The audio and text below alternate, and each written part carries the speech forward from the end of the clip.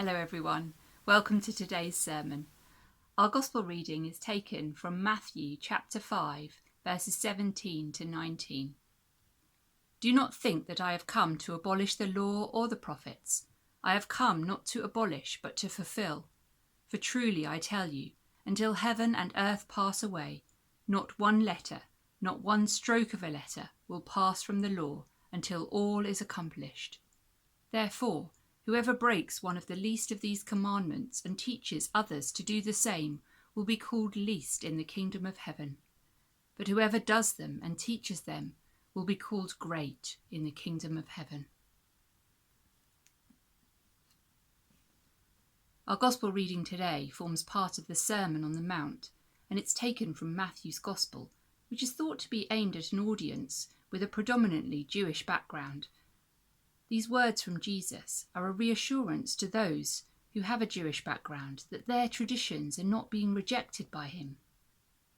Better than that, they're being fulfilled by him.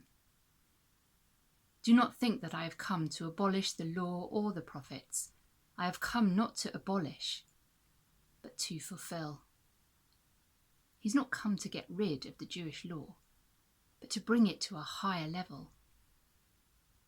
The vision of Jesus helps us to see the law in a new light, which is helpful because if you do take a look at some of the very specific things mentioned in the Old Testament about which laws had been made, it's easy to wonder how some of them could even be applied to our lives today.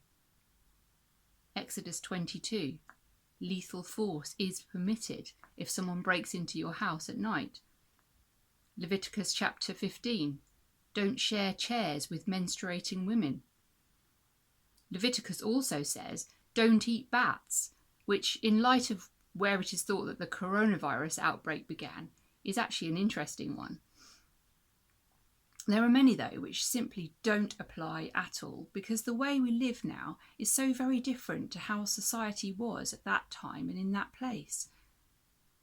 But Jesus was talking really about the spirit behind the law. He seeks, as always, to challenge us. Are we observing the law of love? Our lives are constantly moving forward. Times are changing. The church is changing. And so it's vital for us to move forward in this spirit of love, making sure that all that we do and all that we teach others to do comes from this loving spirit. It's not our role to judge others or condemn them, but to show them what love looks like. And we can do that so effectively through the care and concern we show to one another in these difficult times,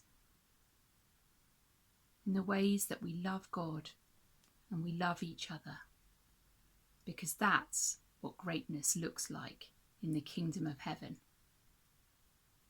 So let us pray that all our lives would be ruled by the law of love. Amen.